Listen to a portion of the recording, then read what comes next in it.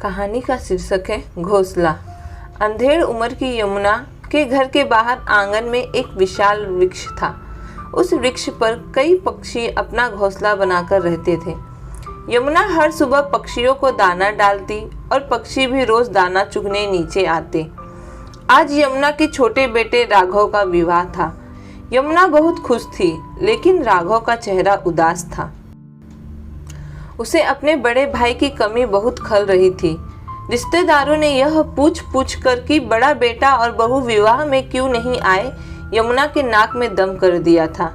सच्चा कारण तो यमुना किसी को बता नहीं सकती थी। उसने बातों को टालते हुए कहा, बच्चे की परीक्षा का समय है, इसलिए वे लोग नहीं आ पाए। उसकी परीक्षा खत्म होते ही वो आ जाएंगे। लेकिन लोगों को चैन कहाँ था। कानाफूसी चल रही थी। पंचायत करने के लिए सभी आतुर हो रहे थे। कोई कहता बनती नहीं होगी बहू से, इसलिए नहीं आई। कोई कहता यमुना स्वभाव से कितनी तेज तर्रार है, झगड़ा हो गया होगा। देखना कुछ ही दिनों में छोटी भी चली जाएगी। धूमधाम के साथ राघव का विवाह संपन्न हो गया। अपने भाई भाभी की कमी को महसूस करता हुआ राघव अपने साथ अपनी पत्नी को ब्याह कर घर ले आया। राघव घर की हर बात जानता था। छोटी से छोटी बात पर अपनी माँ और भाभी के बीच होने वाली तू मैं कैसे बड़े झगड़े का रूप ले लेती थी, उसे सब याद था। बात कभी बड़ी नहीं होती, उसे बड़ा बना दिया जाता था। इस तरह लगभग हर रोज ही घर में महासंग्राम छिड़ जाया करता था। राघव चिंतित था। वह सोच रहा था माँ को तो वह बदल नहीं सकता, पिताजी है नहीं, वरना वह माँ को समझाते। उसकी पत्नी श्वेता का स्वभाव समझदारी, विनम्रता और सहनशीलता वाला होना चाहिए। वह श्वेता को जानता ही कितना था। कोई प्रेम विवाह तो नहीं था जो पहले से जान पहचान स्वभाव हो। सब कुछ भगवान भरोसे ही था। उसने सोचा कि वह श्वेता को पहले ही सब कुछ समझा देगा कि माँ की बातों को एक कान से सुनकर दूसरे कान से निकाल दे, उनकी बोली बातों पर ज्यादा ध्यान न दे। रात को राघव ने अपनी पत्नी से कहा, श्वेता अब तुम्हें इस घर को संभालना है। श्वेता ने बीच में ही प्रश्न कर दिया, भैया भाभी क्यों नहीं आए? राघव ने बिना छिपाए श्वेता को सब सच सच बता दिया। श्वेता माँ और भाभी की आपस में बिल्कुल नहीं बनती थी। छोटी छोटी बातों में बड़े बड़े झगड़े हो जाते थे, किंतु एक दिन तो माँ ने सारी हद पार कर दी। भाभी की गलती इतनी ही थी कि वह बिना नहाए ही रसोई में आ गई थी। माँ का पारा चढ़ गया और तू मैं से बात इतनी बढ़ गई कि माँ ने वह कह दिया जो उन्हें हरगिज नहीं कहना चाहिए था। ऐसा क्या कह दिया माँ ने? माँ ने कहा, निकल जाओ मेरे घर से और मेरे मरते वक्त तक मुझे अपनी शक्ल मत दिखाना। भैया भी घर पर ही थे। उन्होंने माँ के पास आकर कहा, माँ आप यह क्या कह रही हो? आप अभी गुस्से में हो, शांत हो जाओ। माँ ने भैया को भी कह दिया, जोरू का गुलाम बना फिरता है तू भी चला जा। भाभी रो रही थी, भैया भी रोने लगे, लेकिन माँ का गुस्सा कम नहीं हुआ। बस उसके बाद भैया भाभी ने अलग रहना ही उचित समझा। रोज रोज की कलह से वो दोनों भी उकता चुके थे। एक ही शहर में अलग होकर रहने से अच्छा भैया ने अपना तबादला करवा लिया। वह भी भाभी की तकलीफ कब तक यूं ही देखते। थोड़ी गलती भाभी की भी थी। उन्हें वह काम नहीं करना चाहिए था जो माँ को पसंद नहीं, किंतु वह भी अपनी ही चलाती थी। सहनशीलता की उनमें भी कमी थी। श्वेता ने बीच में कहा, हाँ राघव तुम सही कह रहे हो, ताली हमेशा दोनों हाथों से ही बजती है। श्वेता माँ के वह जहरीले शब्द भैया भाभी को शूल की तरह चुभ गए और उन्होंने घर छोड़ दिया। पता नहीं उन शब्दों के लिए आज तक भी माँ को पछतावा है या नहीं। श्वेता, कटु वचन तो तीर की तरह होते हैं। एक बार जीभ से निकल गए तो निकल गए, फिर वापस नहीं आते।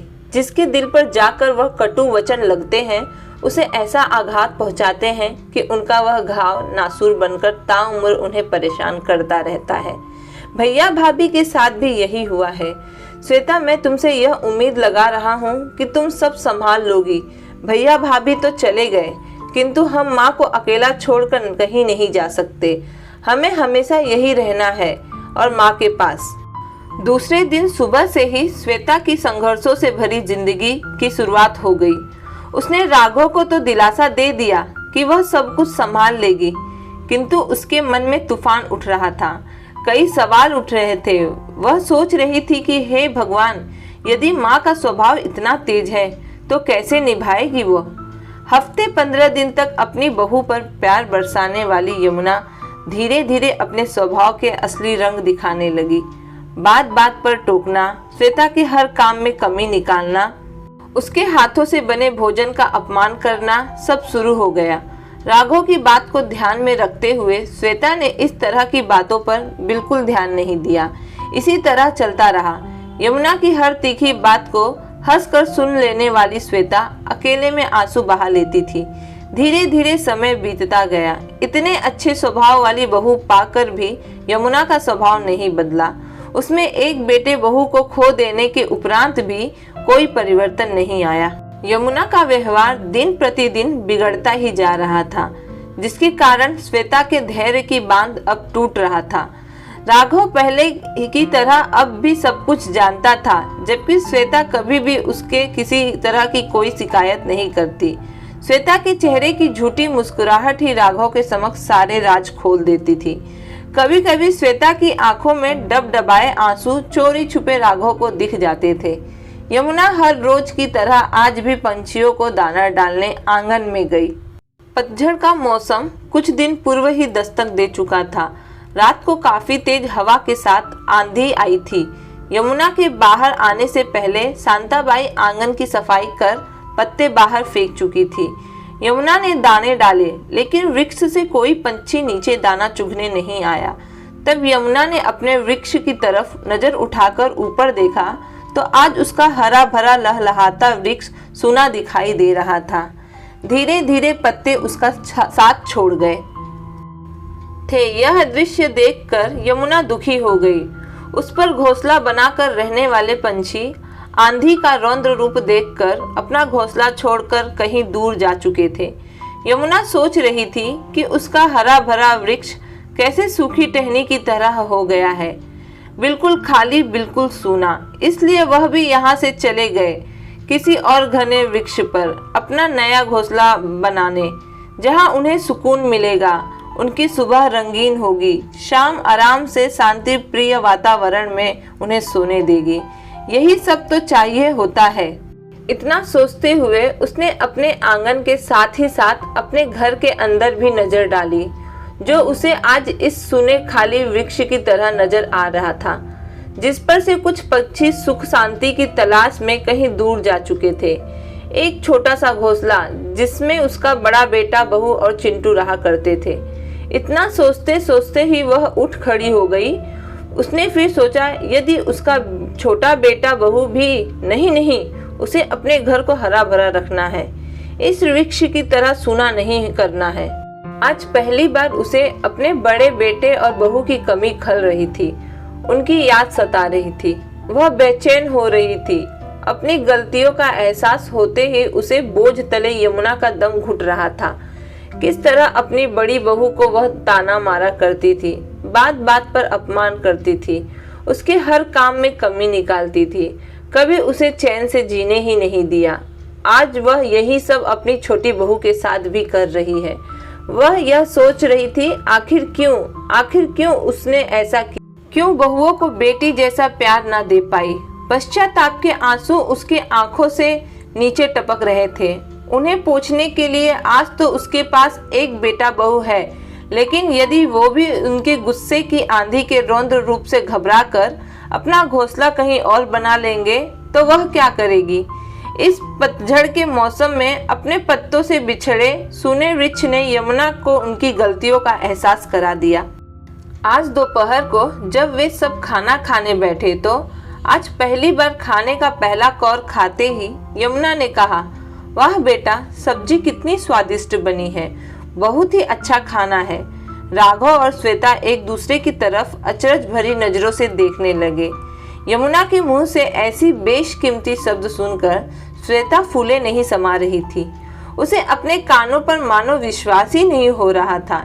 यमुना के मुंह से यह सुनकर उसे ऐसा लग रहा था शायद आज सब्जी बहुत ही ज्यादा अच्छी बनी है।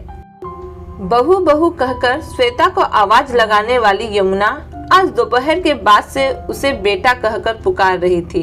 अपनी माँ के अंदर आया यह परिवर्तन देखकर श्वेता बहुत खुश थी। आज दिन भर घर में किसी तरह की टोका टोकी नहीं हुई। घर का माहौल एकदम खुशनुमा था, सुकून था, शांति थी, आनंद था। ऐसा माहौल देखकर यमुना भी बेहद खुश थी। उसके मन में भी आज कोई तनाव नहीं था, क्योंकि वह आज अपनी श्वेता के काम में कमियां ढूंढने के बदले उसके काम की अच्छाइयां देख रही थी और ऐसा करके उसे बहुत ही खुशी महसूस हो रही थी। आज यमुना अपना अहंकार छोड़ अपनी बड़ी बहू को फोन लगा दिया और कहा, हेलो। उधर से अंजलि ने फोन उठाकर कहा, हेलो। कुछ पलों के लिए फिर सन्नाटा सा छा गया।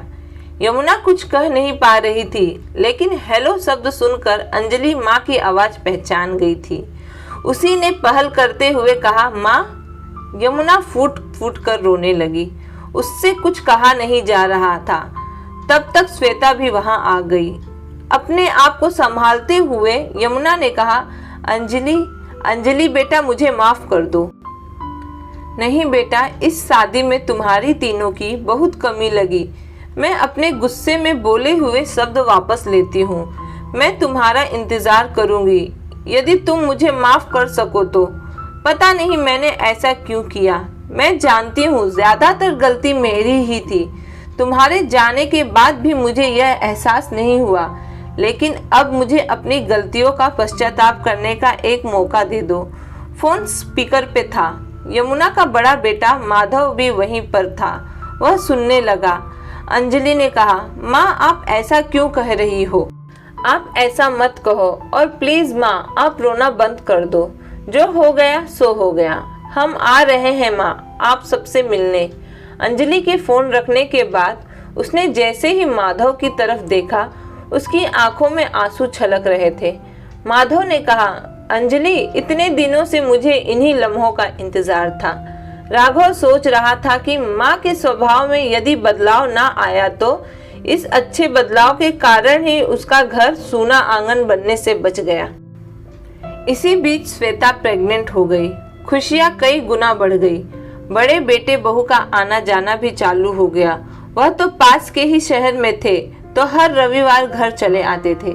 सब साथ में सुख और शांति से समय व्यतीत करते। इस तरह एक घर बिखरते बिखरते संभल गया। यमुना सोच रही थी, पतझड़ के बाद नई कपोले फूट जाती हैं, वृक्ष तो फिर से हरा भरा हो जाता है, घोंसले भी बन जाते हैं, पक्षी भी चहचहाते हैं। लेकिन घर से यदि कोई जोड़ा अलग चला जाए तब तो उसका वापस आना लगभग असंभव ही होता है। वह यह आंगन फिर से वैसा ही हरा भरा कभी नहीं हो पाता। वक्त रहते वह संभल गई, इसलिए छोटा बेटा बहू उसके साथ है, वरना उसके घर पर ऐसा पतझड़ आता कि वह फिर जीवन में कभी भी हरा भरा नहीं हो पाता। अगर आपको मेरा यह वीडियो पसंद आया है तो चैनल को लाइक, सब्सक्राइब और वीडियो को शेयर कीजिए। धन्यवाद।